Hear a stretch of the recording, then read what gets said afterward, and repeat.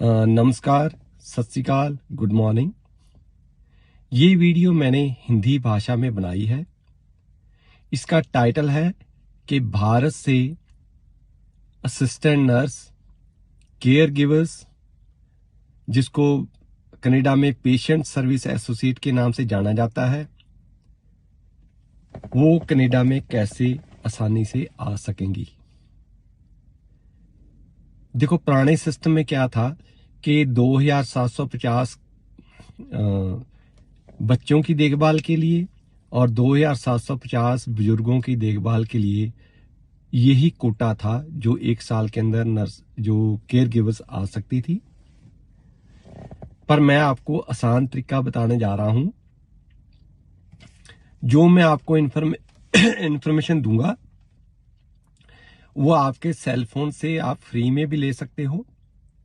यदि आप गूगल करोगे कि job roles of nurse aides और पेशेंट सर्विस एसोसिएट, तो आपको पूरी इंफॉर्मेशन मिल जाएगी। वो इंग्लिश भाषा में होगी कि इनकी यहाँ पे क्या क्या जॉब रोल्स होती हैं। यदि इनके बारे में आप क्वालिफिकेशन देखना चाहोगे तो आप गूगल कीजिए जॉब रिक्वायरमेंट्स और qualification requirement for nurse aide और patient service associate in Canada, तो आपको उसके अंदर क्वालिफिकेशन मिल जाएगी। तो पहले मैंने आपको ये बताने जा रहा हूं कि इनका काम क्या क्या होता है। जो नया सिस्टम आ रहा है उसके अंदर इनके जॉब रोल्स क्या क्या होते हैं। देखो, जो नर्स एड्स, ऑर्डरलीज या पेशेंट सर्विस एसोसिएट होते हैं, जिनको भारत में अक्सर हम केयर गिवर के नाम से पुकारते हैं, इनका हॉस्पिटल्स,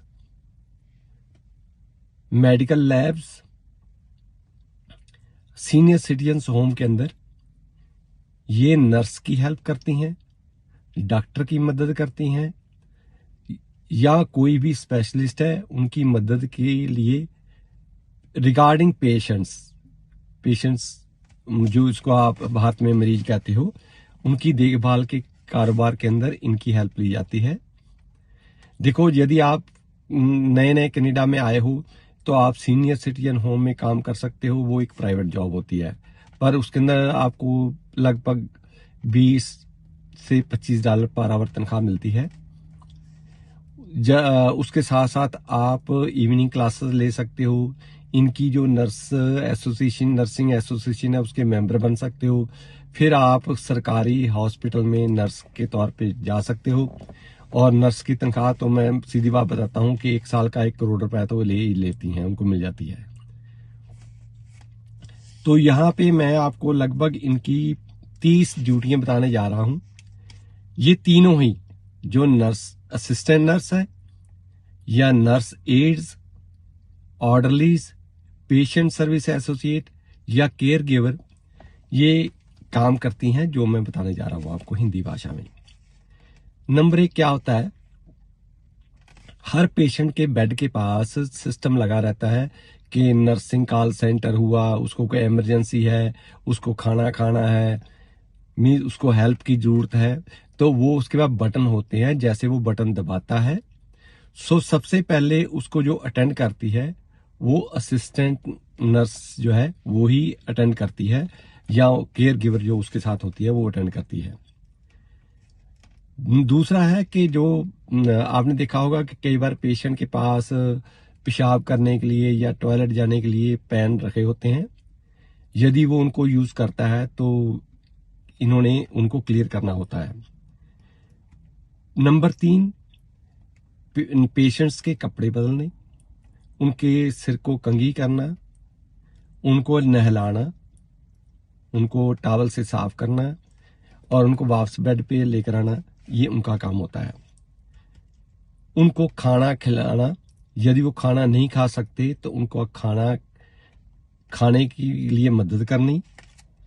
5वां है, देखो यहाँ पे क्या होता है वेस्टर्न कंट्रीज में कि पेशेंट जैसे चाहता है या जैसे डॉक्टर उसको अलाउ करता है उसके मुताबिक उसको खाना वगैरह हॉस्पिटल से ही दिया जाता है।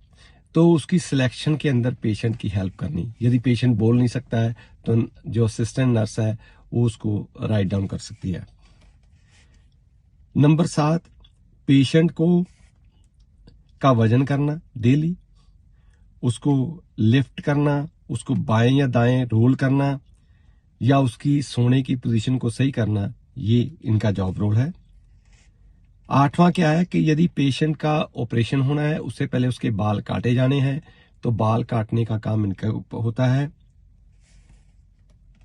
9वां क्या है कि पेशेंट जब एक्सरसाइज करने जाते हैं तो उनकी निगरानी करनी कि कहीं वो गिर ना जाए, कभी मीन्स इतनी हार्ड एक्सरसाइज ना करें कि उनका ब्लड प्रेशर जो है वो इतना हाई हो जाए तो बाद में कंट्रोल ना हो सके। नंबर 10, पेशेंट्स के लिए इंटरटेनमेंट का प्रबंध करना है। यदि कोई टीवी देखना चाहता है, यदि कोई पार्क में घूमना चाहता है, कोई वॉक करना चाहता है, कोई स्विमिंग करना चाहता है, तो उसके जो भी लेयर एक्टिविटी वो चाहता है उसके लिए हेल्प करनी।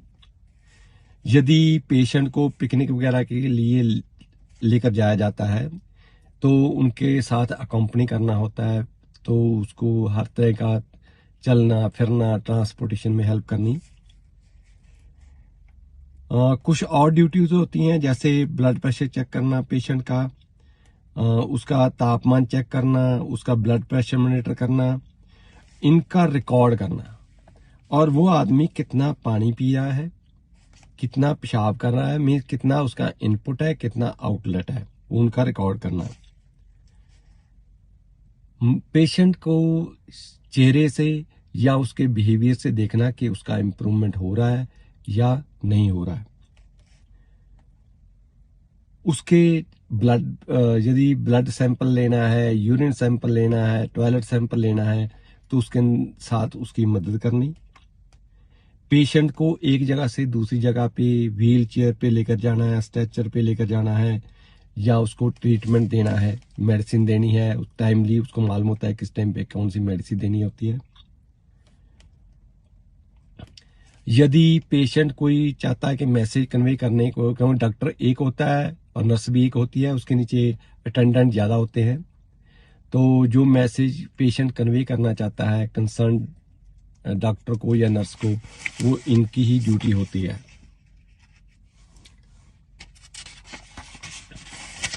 फिर क्या है, जो पेशेंट का बेड सही तरीके से मेंटेन करना और उसका मेंटेन करना, फिर उसके जो जो मेडिसिन दी जाती है उसकी इन्वेंट्री करनी, उसने रिकॉर्ड करना होता है कि इसको कौन सी मेडिसिन किस टाइम पर दी गई है। इंस्ट्रक्शन डॉक्टर की होती है या नर्स की होती है। यदि किसी ट्रैक्शन इक्विपमेंट की कुछ मेंटेनेंस चाहिए वो करना पड़ेगा। इक्विपमेंट को साफ करना पड़ सकता है, इक्विपमेंट को स्टेरलाइज भी किया जाता है, और पेशेंट्स को एक डिपार्टमेंट से लेकर दूसरे डिपार्टमेंट में लेकर जाना और उसको वापस बेड पे लाना, ये इनका काम होता है। देखो, ये जो मैंने आपको ड्यूटीज बताई हैं, इसको परफॉर्म करने वालों को कई आदमी नाम से जाना जाता है। वो नाम मैं इसलिए बता रहा हूं कि यदि भारत में आप ऐसी कोई भी जॉब कर रहे हो या जब आप कनाडा पहुंच जाते हो आपके पास क्वालिफिकेशन है, तो और जॉब्स के लिए भी आप अप्लाई कर सकते हो। वो क्या क्या है? Personal care attendant, emergency medical responder, resident care aide, health care aide, patient care aide, hospital attendant, nursing attendant, long term care aide, nurse aide, orderly, patient service associate. ये अलग अलग नाम हैं जिनके नाम से इनको जाना जाता है।